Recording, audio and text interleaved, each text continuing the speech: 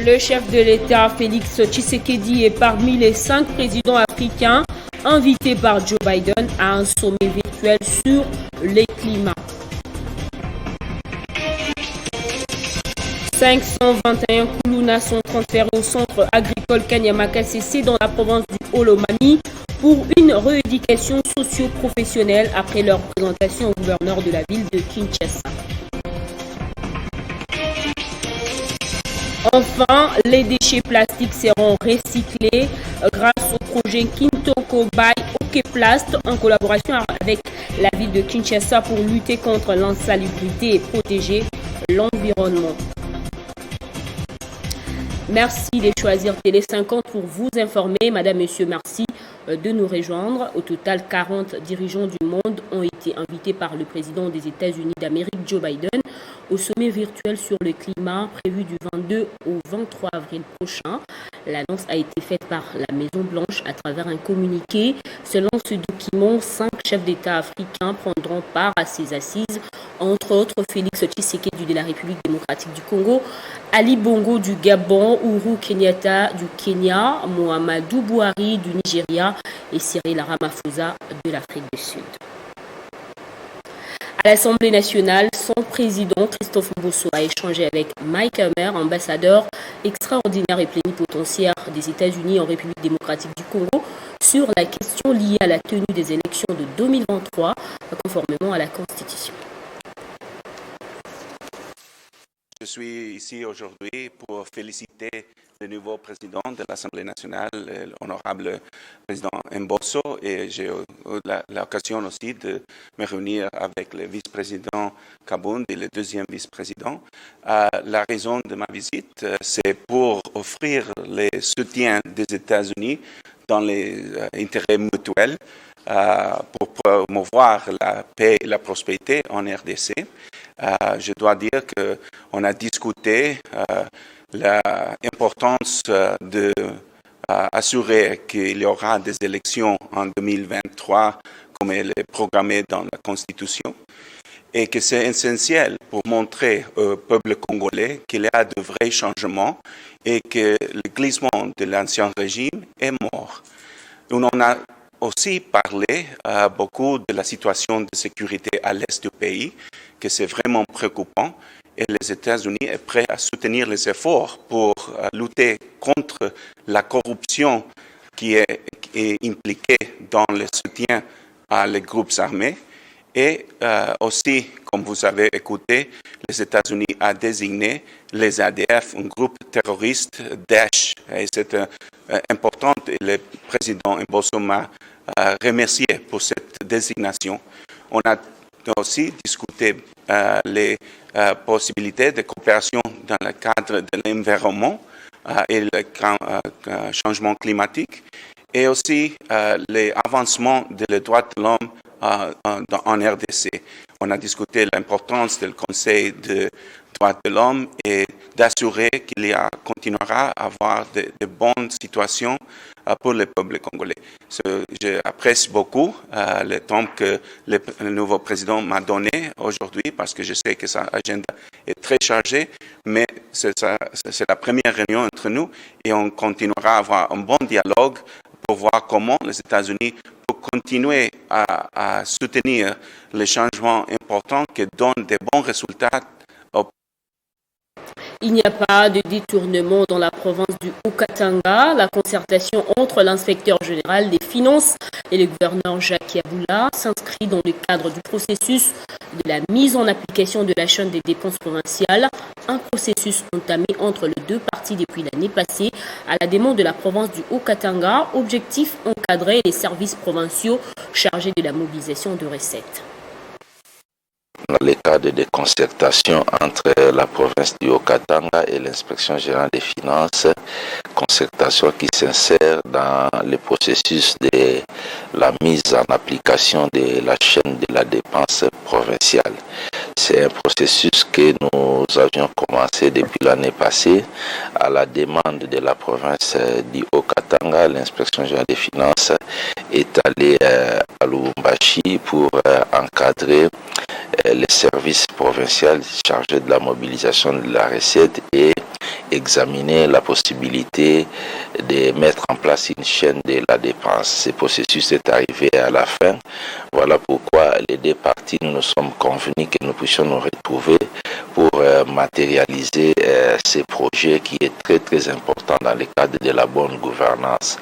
Dans les mêmes ordres d'idées, nous allons échanger autour des recommandations que l'inspection générale des finances avait formulées l'année passée lorsque elle avait effectué la mission d'encadrement des services de la province sur la mobilisation des recettes pour que nous puissions voir comment on peut matérialiser ces recommandations. Voilà dans quel cadre se situe la rencontre d'aujourd'hui avec son Excellence Monsieur le Gouverneur qui conduit une délégation des membres de son gouvernement ici à Kinshasa. La présente séance de travail s'insère uniquement dans le cadre de l'examen des recommandations sur la mobilisation des recettes au Katanga, ainsi que la possibilité de la mise en place de la chaîne de la dépense publique provinciale.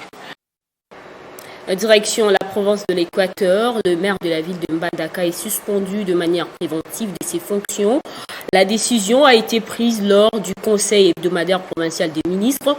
Une autre décision prise au cours de cette même rencontre, c'est l'arrêté interdisant aux expatriés d'exercer le petit commerce sur toute l'étendue de cette province, moyennant une période de moratoire pendant la vulgarisation du dit arrêté et l'option de remettre l'actuel commissaire provincial de la police nationale congolaise à sa hiérarchie pour une autre affectation. Il lui est reproché notamment l'outrage à l'autorité provinciale dans un média local, la spoliation du domaine public de l'État, la vente illicite de chanvre et du bois, ainsi que le recrutement de 120 éléments de la police.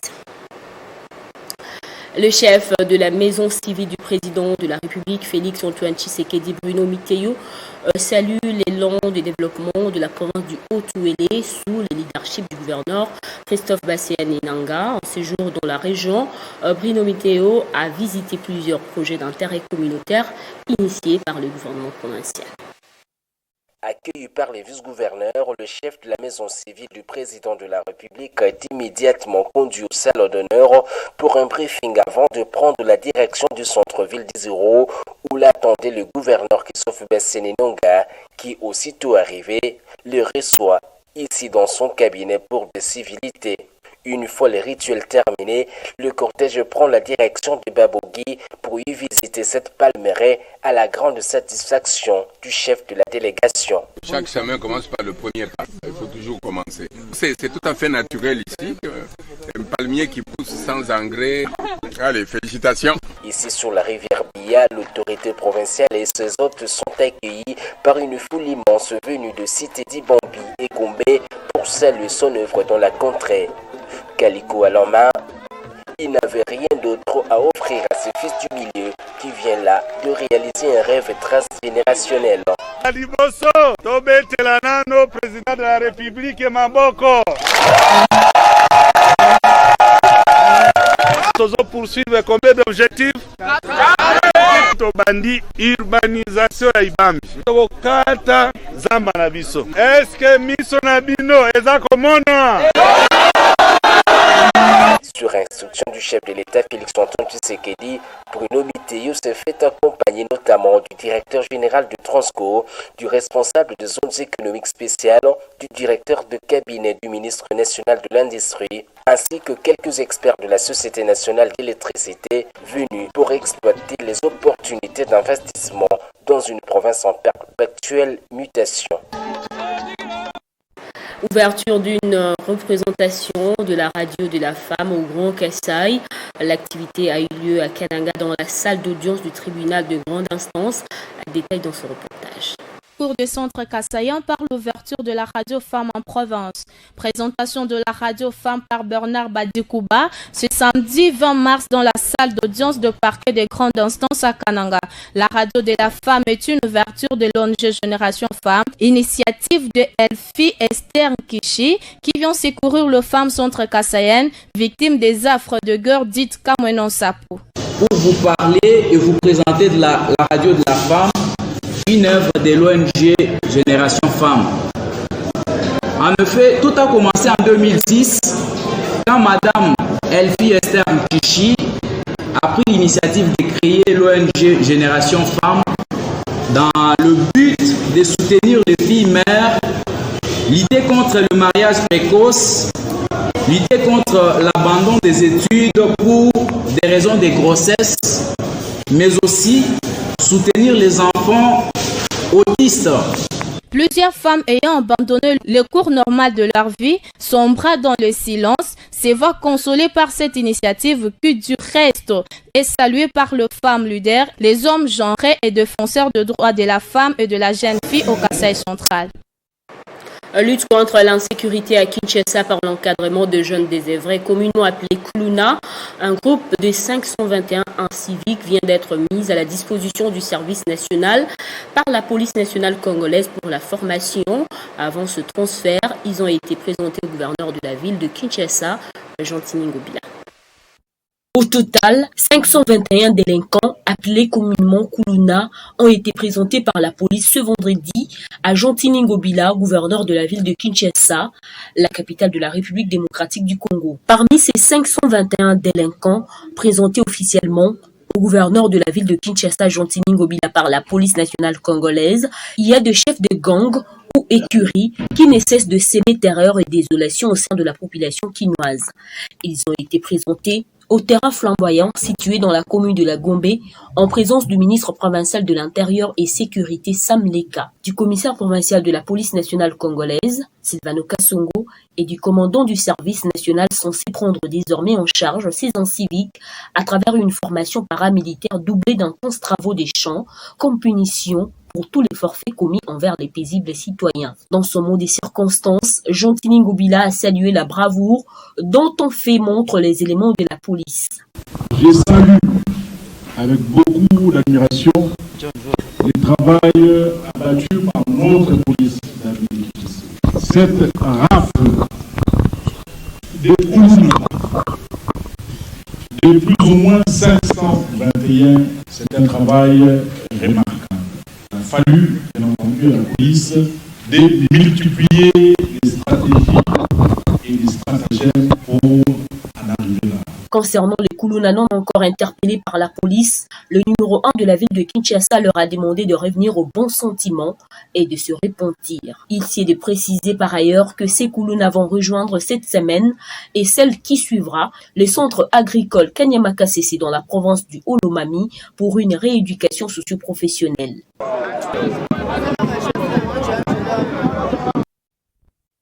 Dans le but d'appuyer l'opération Kinshasa Bopeto, que l'initiative congolaise dénommée Kintoko by Okeplast va recycler les bouteilles et sachets plastiques à travers des machines innovantes. Des conteneurs ont été placés symboliquement dans 3 communes par la ministre provinciale de l'Environnement, une façon de permettre au Kina d'avoir une prise de conscience collective dans la gestion des déchets.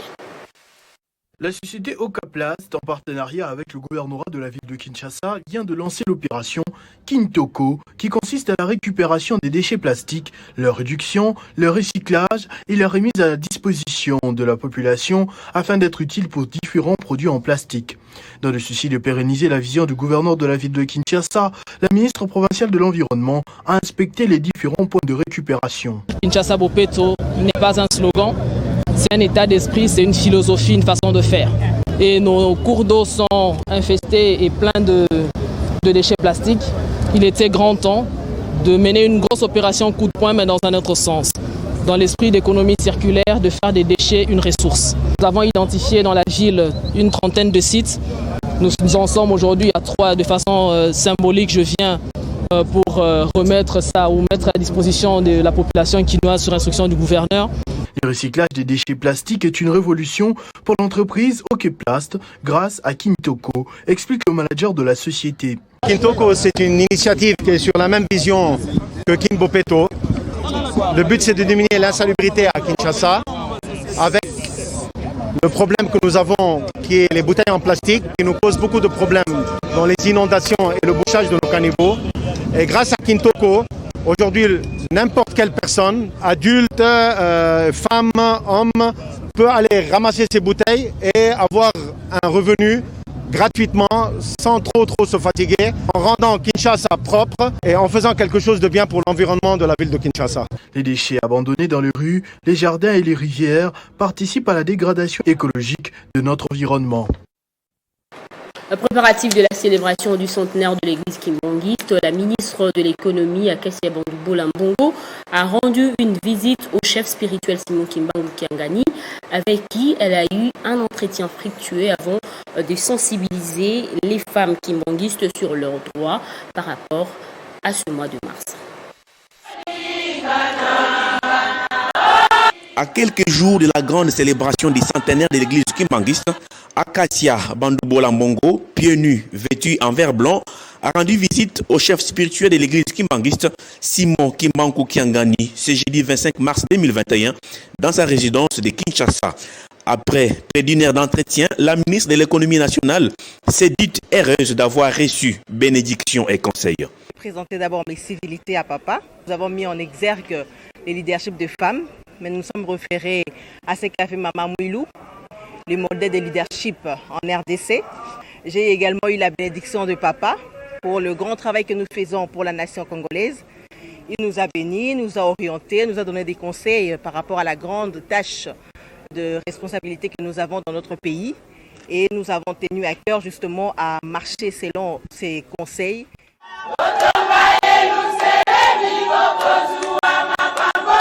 Pour clôturer en beauté le mois de mars, Akasia Bandoubola Mbongo a sensibilisé la femme kimbangiste sur le leadership féminin d'excellence dans une société égalitaire et numérique à l'ère de la Covid-19. Bandoubola Mbongo a exhorté la femme à suivre l'exemple de Maman Marie Mouilou Kiawango Nzitani, qui avait soutenu son époux, le prophète Simon Kimbangu, après son arrestation en 1921. Maman Mouilou avait réussi à pérenniser l'église. Très satisfaite de la visite de la ministre de l'économie, les femmes kimbangistes ont, à travers leur présidente générale, Rose Lukisimba, remis des présents, dont l'épargne à l'effigie de Maman Mouilou à Akasia Bandoubola en guise de remerciement, qui, à son tour, leur a demandé de prier pour le président de la République, Félix Antoine Tshisekedi Tshilombo. Place au rappel des titres. Le chef de l'État, Félix Tshisekedi, est parmi les 5 présidents africains invités par Joe Biden à un sommet virtuel sur le climat. 521 Koulouna sont transférés au centre agricole Kanyama KCC dans la province du Olomami pour une rééducation socio-professionnelle. Enfin, les déchets plastiques seront recyclés grâce au projet Kintoko by Okeplast en collaboration avec la ville de Kinshasa pour lutter contre l'insalubrité et protéger l'environnement. Fin de cette édition, restez avec nous, l'actualité continue sur notre site internet.